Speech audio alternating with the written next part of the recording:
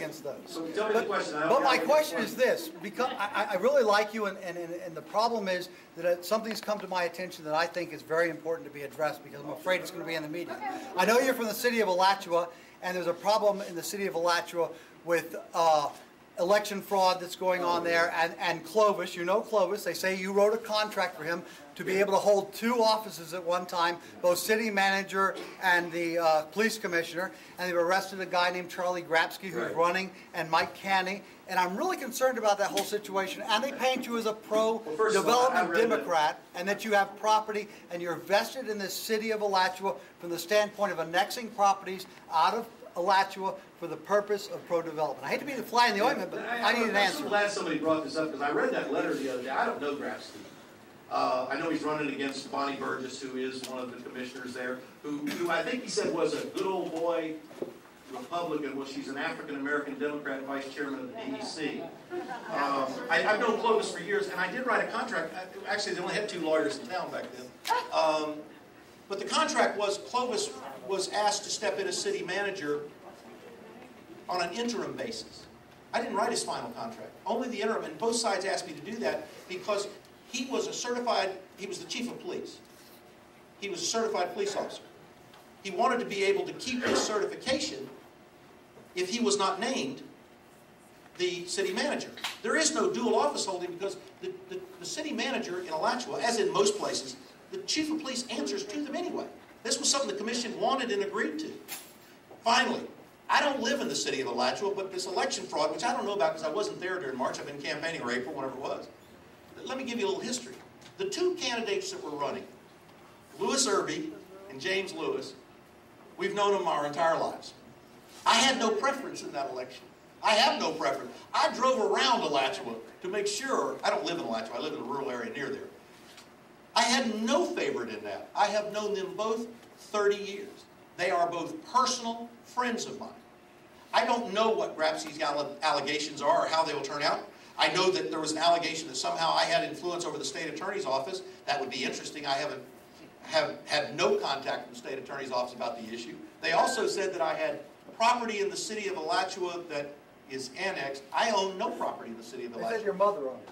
My mother has a farm that's next to the property that already had the Dollar General development on it. It has been zoned for more than 20 years for development, for industrial. That's what it is, over 20 years. We have Dollar General there. They're bringing a Walmart distribution that will bring over 700 jobs, paying more than $13 an hour plus health benefits, and in a town that lost General Electric because it went to Mexico, this was a critical find for us.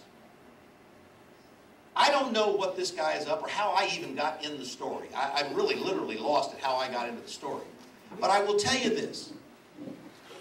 You can go to anybody in Alachua that's known my family. First of all, the idea that I've got any land for sale, our farm's been there since my dad had it. It'll be there long after I'm done. That's where I will finish my days as he finished his. It ain't for sale. It's never been for sale.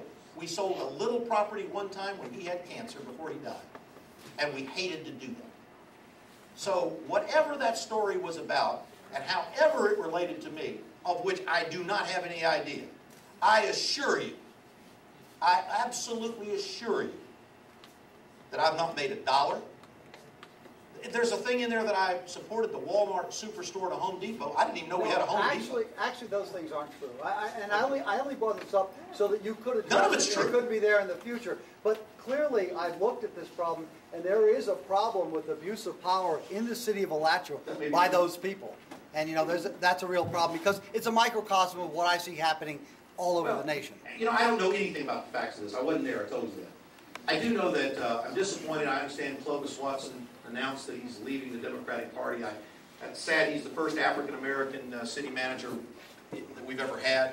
He was born and raised in the projects, literally grew up and worked his way through Troy State, I think it was, and got his master's and working on his PhD. I'm saddened to hear that. I know what it's about. I know that he was upset over these. I hope he cools off and doesn't do that. There will be a full investigation. I know that nobody has a... But as I say, I had no preference in that race. To this day, if Louis Irby had beat James Lewis, or if James Lewis had beat Louis Irby, I would have the exact same, and both of them are good friends. Both of them would probably be very similar on the issues. On the other stuff, someone said there's a super center going in there. I stay a long way away from any super center because one of my dearest and oldest friends owns the grocery store there, and I'm not about to Hitchcock, so I'm not about to get involved in that dispute. So I don't know what all that's about, but I can tell you, I've had nothing to do with it. I think it's probably some politics. I love the fact that they sent this thing out as if I have not, I don't, by the way, I also, so we're very clear, I don't live in the city, I don't vote in the city. I have nothing to do with it. Well, I don't think they tried to attach it to you. You just only mentioned it that you wrote a contract for Clovis. Yes. And I wanted you to have the opportunity to address it. It was like I wrote an interim contract, which was asked for by both sides. As I put, both sides requested this because what they didn't want to do is if they weren't going to name him, and you can understand his position, he wasn't going to take the job if it was going to cost him his police certification. So he wanted to keep it until they named a permanent. When they named a permanent, he gave that up. Folks, I got to hit a plane. Thank you so much.